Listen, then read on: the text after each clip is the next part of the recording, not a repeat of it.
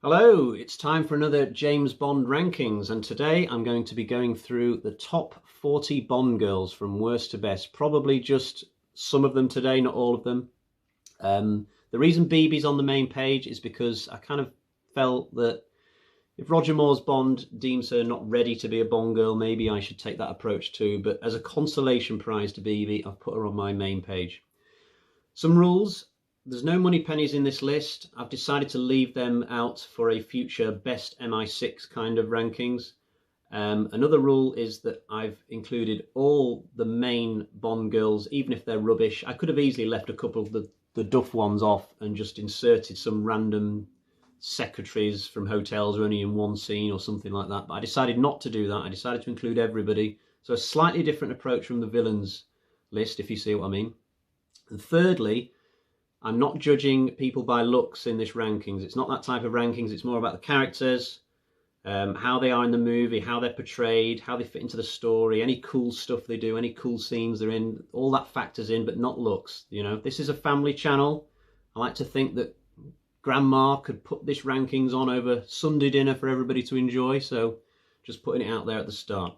Right, that's enough of the rules. Let's get into the list and off we go.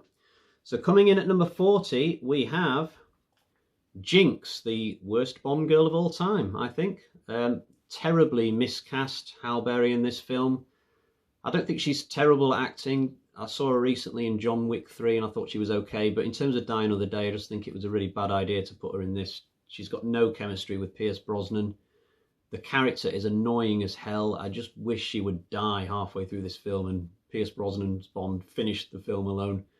She does this horrible dive off a cliff that looks about 300 miles in the air and it just looks awful. And out of all the girls on this list, I cannot believe that this is the only one who almost got her own spin-off. It's just crazy. Let's move on. 39, Kissy Suzuki. This girl is fine. There's nothing wrong with her, but she was just unnecessary.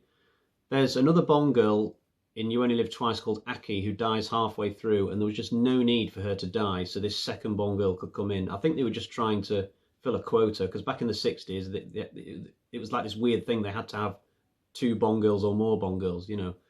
So Aki's death makes no impact on the film whatsoever, and it was just not needed to have Kissy show up. So for that reason she comes low, but it's not her fault. Coming in at 38, we've got Paula Kaplan from Thunderball, a woman who, it's easy to forget that she was in this film. She's just kind of friends with Bond in the early stages. There's no hint of any romantic goings on. Possibly she has a bigger part in the novel. I don't know, you'd have to tell me. I've never read the Thunderball novel, so 38 for Paula. Coming in next, Andreas Anders from The Man with the Golden Gun. Maud Adams played two Bond girls. One in The Man with the Golden Gun and one in Octopussy, and I think the one she played in Octopussy was a lot better. She also had a walk-on part in A View to Kill, I think. She claims in interviews she was in 3 Bond films, you know, kind of with a smirk on her face, but obviously she was only in 2 properly. But this was definitely the worst of the 2. Just a really boring character. Her death doesn't have any impact. So, yeah, we're in the really duff ones at the moment, still in the 30s. Right, coming in next, we have at number 36, Caroline Goldeneye. I could not remember her name going into this. I had to look it up. I remembered the part. I couldn't remember the name. I guess I've broken my own rules already here, because technically she might be a member of MI6, but let's just pretend that she's freelance or something, just, you know, just coming in to evaluate Bond just the once and then moving on. She's okay in a kind of comedy scene with Pierce Brosnan for a few minutes, but nothing special. 35, Magda from Octopussy, a woman who I think bears more than a striking resemblance to Petra Kvitova, the tennis player, but you'd have to let me know. You could also argue that she's more of a villain for the majority of this film, but she does turn good in the end. I think she ends up swooning over Q near the end with all the circus girls, which is kind of weird. 34, Lucia Sciarra, played by Monica Bellucci at the age of about 50 or 51. Really late to be playing a Bond girl, and you know, she gets it on with Daniel Craig as well. I think she was originally considered to play a Bond girl in Tomorrow Never Dies, which was 18 years before Spectre, so I kind of feel like she missed the boat in terms of playing a Bond girl, and maybe they should have cast this part to somebody else. But 33, Ruby on Her Majesty's Secret Service. Now, I spent a number of years in my youth living in Morecambe, and in this film, Ruby randomly says, "Oh, I grew up in Morecambe Bay." And when I was living in Morecambe, I used to think, yes, Morecambe Bay got a mention in a Bond film. It was kind of cool at the time.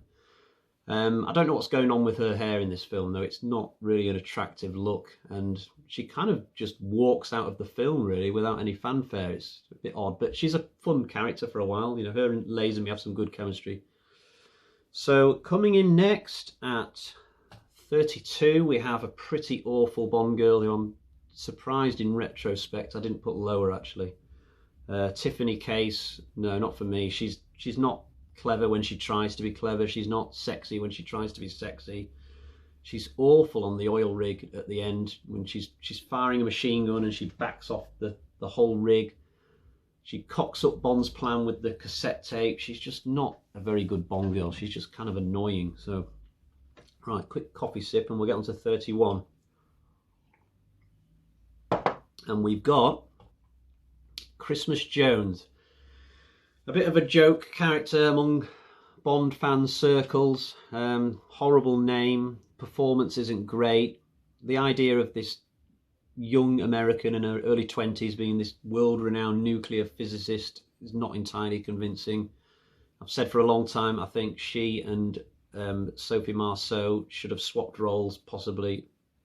But as it is, not the worst, but it's not exactly a great performance. It's not written very well. So yeah, I agree with the majority on this one. Coming in at 30, Berenice from Skyfall. And this is the last time that Skyfall is on this list because there's no other Bond girls in this film. Bond basically hangs out with Judi Dench for the rest of the film. I guess this girl's okay. She's got a bit of a sob story about how she's trapped with Silver. It's kind of a running theme among the Bond girls that there's all these beautiful women that somehow get trapped with these villains and they just can't get out of their lifestyle. How this particular one ended up with Silver, I don't know. I think he's gay, isn't he? So maybe he's sort of using her to keep face somewhat. I don't know. But Bond sleeps with her and she's swiftly killed and we've forgotten about her like 10 minutes later. 29, Paris from Tomorrow Never Dies. Another role in the Pierce Brosnan era that I kind of feel like they just cast her because she was kind of an in thing at the time, but I don't think she was really suited for the role. Again, miscast. I caught a bit of her in that Superman show in the 90s when I was growing up, and she was okay as a Lois Lane, but I didn't really see her as a Bond girl. And in terms of finding somebody right to play Elliot Carver's wife, I would have thought an Asian character or a Chinese character would have been a better fit for this than a random American. I mean, how did she even get into that position of being in this unhappy marriage to a guy all across the other side of the world? It's just really odd. And the only reason I put her in the top 30 is because at least she's in a really good scene. That scene in the hotel where Bond's just, you know, undone his tie and he's chilling out with vodka and stuff. That's a really cool scene. 28 next, and we have Corin from Moonraker. Her and Roger Moore's Bond have a nice little friendship / relationship going for a little while. She's a pleasant enough character and she gets a horrible death when these dogs are chasing her through the woods. So a bit silly for going against Drax, but not the worst character in the world. She's got this horribly corny line where she says, "I never learned to read," just before Bond starts kissing her, but she's okay. We're starting to slowly move towards the Bond girls who are all right now, but I don't think we're going to get to the really good ones until we're in the top 20. So coming in next at 27, we have Countess Lissel von Schlauff. Again, I could not remember her name before this film. Played by Cassandra Harris. And this is another nice little 10-minute relationship while it lasts. It feels like the two characters, you know, Bond and the Countess, kind of get on really well and are quite genuine towards each other.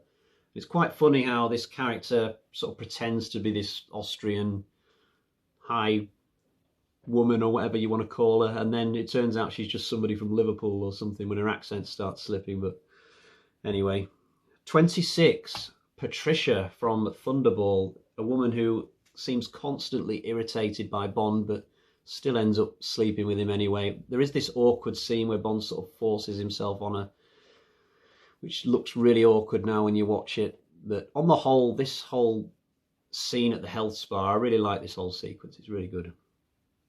Next up, at 25, we have Plenty O'Toole.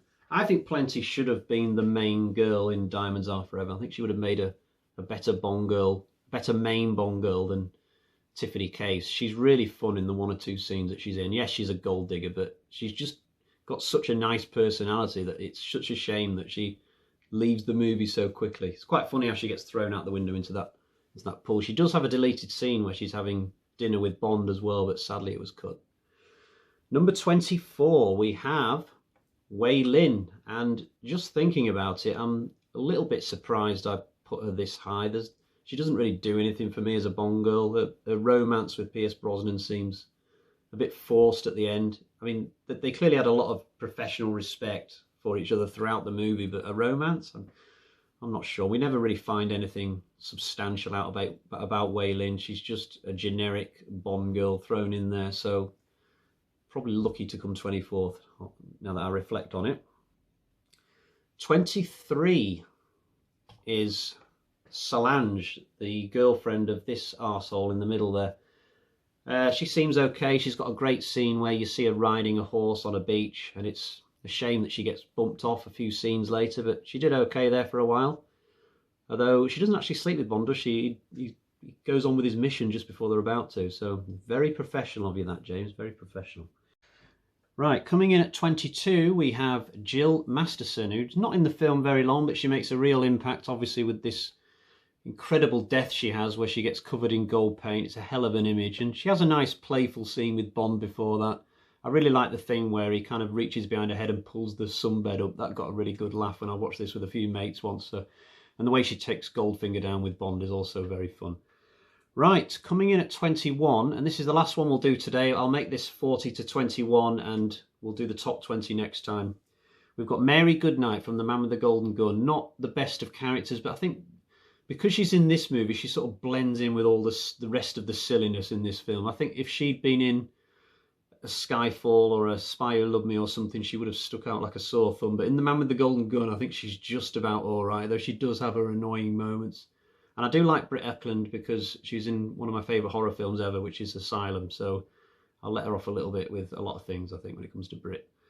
Okay, so that is all for today. We've gone through the slightly dodgy Bond girls, and next time we'll get into the really good ones. I think 20 to number 1 is going to be a complete showcase of some of the very best James Bond women who ever were. So stick around for that one. And until next time, bye-bye for now.